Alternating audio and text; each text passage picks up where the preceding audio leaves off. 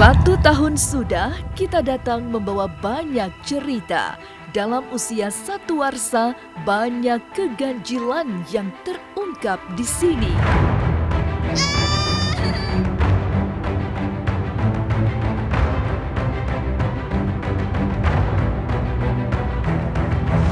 Terima kasih kepada pemirsa yang selalu menunggu segala yang ganjil dengan segenap perasaan. Semoga bukan hanya yang ganjil dan misteri yang bisa dipetik sebagai suri, sebab selalu ada yang bisa dijadikan bekal batin dari setiap kisah kehidupan, seganjil dan semisterius apapun itu.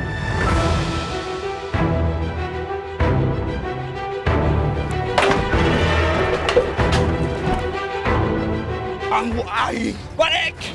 Tetap subscribe, like, share, dan komen agar tak ada yang terasa ganjil di sekitar Anda. Upacara nyipuh pusaka ya.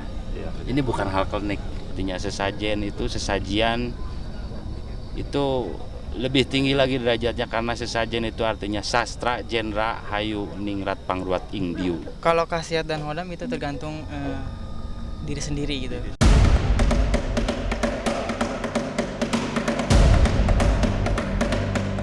Ada upacara adat yang sakral di kaki Gunung Salak, Bogor. Ikatan Dukun Nusantara menjadi tuan rumah yang ramah. Menjelang tengah malam, ratusan orang bertiterah mencurah seluruh mata batinnya. Bersama dingin angin Gunung Salak, mereka memuja Tuhan. Bersama-sama berserah diri, memulas hati, menanti welas asih Sang Ilahi. Tapi benarkah selepas tengah malam, Prabu Siliwangi hadir di tengah-tengah upacara adat?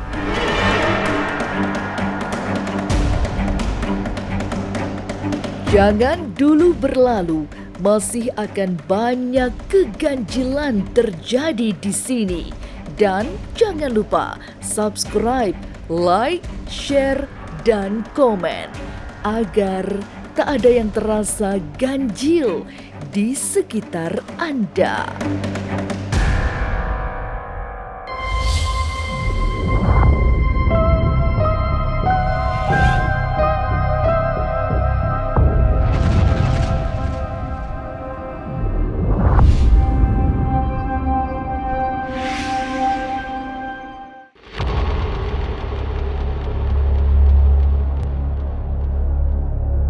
Kawasan Lebak Cawene di kaki Gunung Salak Endah mengalirkan hawa tak biasa. Dupa di bawah hembusan udara yang menggigit menjelang dini hari. Tapi semua orang masih penuh hikmat mengikuti rangkaian upacara adat yang digelar Ikatan Dukun Nusantara. Jangan salah menyangka hanya karena namanya dukun, sebab dukun adalah duduk tekun, hidup rukun. Oke, permisa ganjil misteri. Sekarang saya lagi berada di acara Ikatan Dukun Nusantara. Lokasinya di Lebak Cawene. Kita sekarang mau tanya-tanya sama sesepuh-sesepuh yang ada di sini. Kalau acara ini sebetulnya ini adalah lanjutan dari Ruat 7 Gunung. Kita selalu melakukan Ruat 7 Gunung setiap 2 tahun sekali. 2 tahun sekali ya? Ya, dengan kami dari Pamong Budaya Bogor. Kebetulan di sini ada Ikatan Dukun Nusantara. Jadi Ikatan Dukun Nusantara itu duduk tekun, hidup rukun. Ini yang disebut jamasan. Tapi hanya proses jamasan. Jamasan itu artinya memandikan. Tapi kalau yang proses yang lebih lengkap, biasanya kalau di Jawa Barat itu bulan Mulut. Kalau di Jawa Tengah di bulan Suro ya, itu biasanya prosesnya ada yang lebih rumit yaitu dengan pewarangan, diwarangi. Diwarangi itu untuk memunculkan pamor. Suasana mistik terasa saat mendekat ke area yang penuh sesaji. Tapi segala ubur rampe yang rumit itu sesungguhnya bisa dimaknai secara logika. Apalagi semua kebutuhan untuk jamasan pusaka diambil dari alam. Ini sedang ritual apa nih Pak? Ini sedang kembali mensucikan atau menghargai. Juga di dalamnya ada proses pembersihan seperti memandikan. Dan jelas sekarang kita ada di wilayah Gunung Salak Endah atau di Bogor, khususnya Kabupaten Bogor. Ini yang diselenggarakan upacara yang bersama-sama kita selenggarakan untuk kembali memurnikan habitat. Yang terlihat ini ada keris, terus kemudian ada kujang, terus ada golok, ada badik, ada rencong, dan itu mewakili pusaka-pusaka dari berbagai wilayah di Nusantara ini. Berbagai macam pusaka ada saat digelar upacara adat di kaki Gunung Salak. Tidak hanya pusaka dari tanah Jawa, tapi berbagai bentuk wesi aji dari luar Jawa ikut diperlihatkan. Upacara nyepuh pusaka termasuk bagian penting dari ritual malam itu. Karena hampir semua spiritualis yang datang membawa pusaka. Ini namanya tongkat naga, naga sari. Ini jenis kayunya kayu apa Pak? Ini kayunya mungkin kalau kita lihat ada yang kabua, biasanya ada kabua, ada kayu jati atau disebut juga kayu sonokeling. Ini kalau bahasa kita kujang. Tapi mungkin ini seperti kujang yang sudah masuk ke kamardikan, yang masuk puluhan tahun lah, belum sampai ratusan tahun. Udah sepuh berarti ya? Seperti itu. Yang paling penting jadi upacara nyipuh pusaka ya. Ini bukan hal klinik, mohon maaf nih ya. Kalau untuk kita berbicara energi yang ada dalam pusaka, masing-masing mengetahui. Tapi kenapa pusaka harus dipulasara, dipupusti atau dirawat? Nah, dengan cara ada air kembang, terus ada Prosesnya seperti itu. gabah ya untuk menghilangkan karat ya, ini digosok untuk menghilangkan karat. Biasanya kita pakai dengan jeruk nipis, dan setelah itu kita keringkan di asap kemenyan, lalu dikasih wewangian. Lalu apa makna sesaji yang terlihat sangat mistik itu? Mengapa jamasan pusaka harus memakai sesajian? Oke, untuk Was-Was di YouTube channel jangan lupa lihat terus di YouTube channel Was-Was setiap hari Rabu dan juga Sabtu jam 3 sore. Pokoknya gokil, keren habis.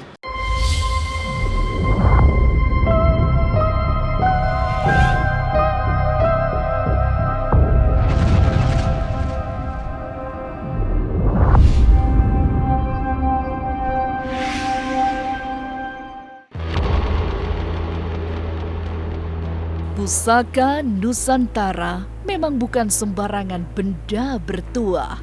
Lewat proses pembuatan yang panjang, sebilah pusaka memiliki kekuatan metafisika yang luhur. Secara material, pusaka juga berasal dari benda-benda alam yang berkualitas. Kemudian melewati fase penempaan yang berkali-kali dilumuri doa dan mantra sang empu.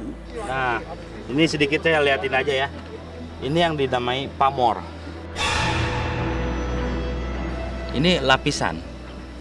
Jadi tadinya si besi ini dipanasin, ditempa, dilipat, diberi lapisan lagi. Entah itu pakai perak atau emas, pokoknya 7 unsur logam. Setelah dilipat, ditempa lagi, dilipat lagi, dilapis lagi, ditempa lagi, dan dalam satu benda ini bisa puluhan, ratusan, bahkan ribuan lapisan.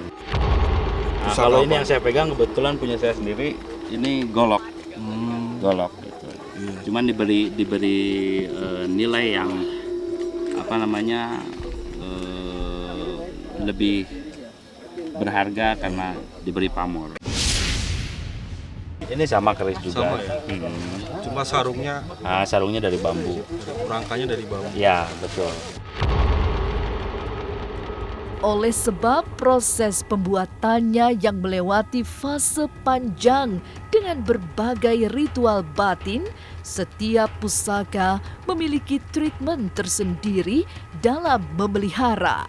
Menjamasi secara berkala dengan berbagai sesaji adalah salah satu perlakuan khusus pada sebuah pusaka. Itu juga ada tumpeng apa segala macam tadi apa ya? Itu sesajen ya. Sesajen ya, buat sesaji. Sesajen juga banyak sekali masyarakat kita yang tidak mengerti tentang sesajen. Jadi dianggap susugu atau kita memberi kepada leluhur atau kepada penunggu.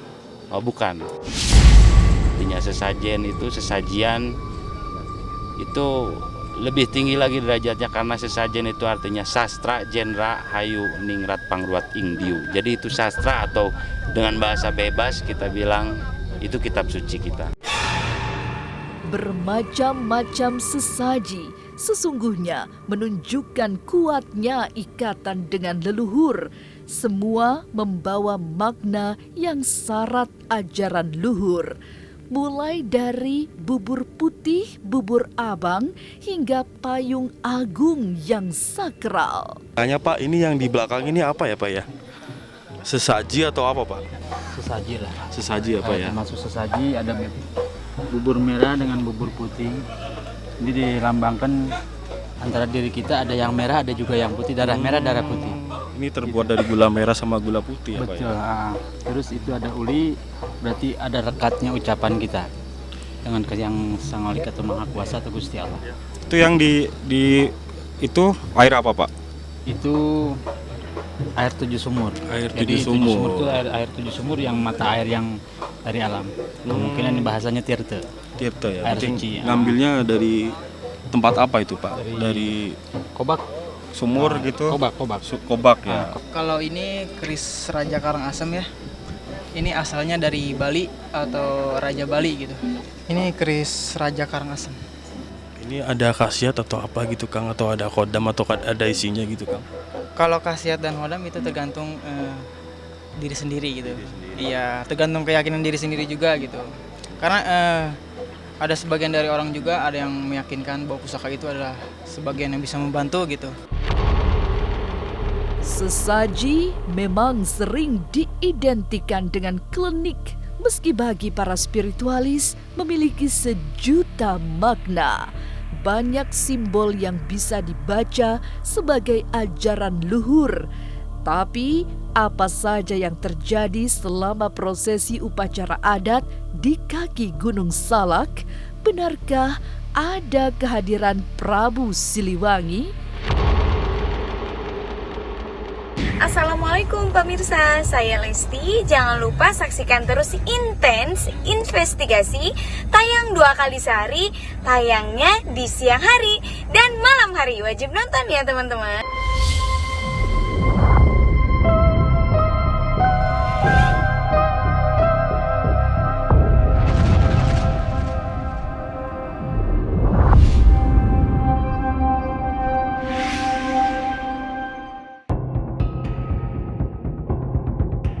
Malam merangkak hingga ke tepi dini hari. Suasana di kaki Gunung Salak Bogor semakin larut dalam diam. Hanya suara gamelan satu-satu mengiringi mereka yang merapal mantra. Sementara itu, hamparan sesaji menjadi latar yang sakral kegiatan yang digelar Ikatan Dukun Nusantara itu. Begini, ini kan kita adalah Indonesia ini kan berbagai macam suku budaya, adat istiadat, dan berbagai macam agama. Teman-teman semua bisa lihat di sini ya. Kita berdoa di malam hari ini. Mudah-mudahan ketika dengan keyakinan kepada Yang Maha Kuasa, segala macam angkara murka yang ada di Indonesia khususnya itu mudah-mudahan akan segera reda. Di tengah suasana ritual, tim Ganjil Misteri berusaha memetik makna dari rangkaian kegiatan malam itu.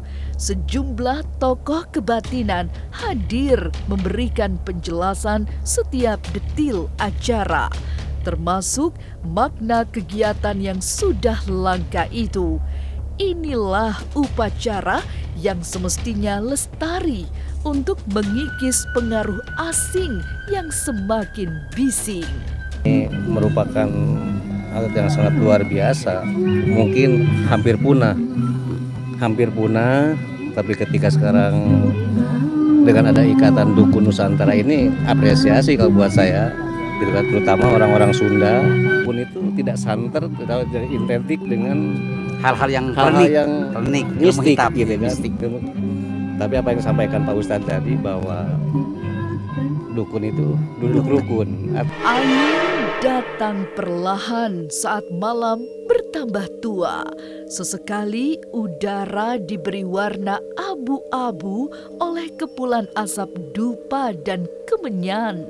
Lalu para spiritualis semakin husu saat tiba-tiba sebuah hembusan angin membawa wangi setangi.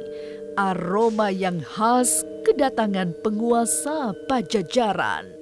Semakin malam semakin terasa bahwasanya sosok beliau telah hadir dan lampu sudah menyala. Pemirsa Ganjil Misteri terlihat bingung ya. Kita bisa lihat setelah tadi pembacaan doa dan kehadiran Prabu Sliwangi ditandai dengan angin kencang, dan sekarang lampu sudah mulai terang lagi. Karena sakralnya itu dalam keadaan gelap, dalam keadaan hening, itu akan dapat satu semistrinya biar suasana semakin hening gitu. Dengan keheningan, jadi itu bisa cepat connect atau nyambung gitu. Jadi khusunya itu dapat. Upacara adat yang digelar Ikatan Dukun Nusantara memang bukan sembarang upacara tradisional. Ada muatan budaya selain bermakna untuk mengasah kepekaan batin. Ada muatan mistik yang kuat yang berasal dari berbagai sesaji yang rapi tersaji.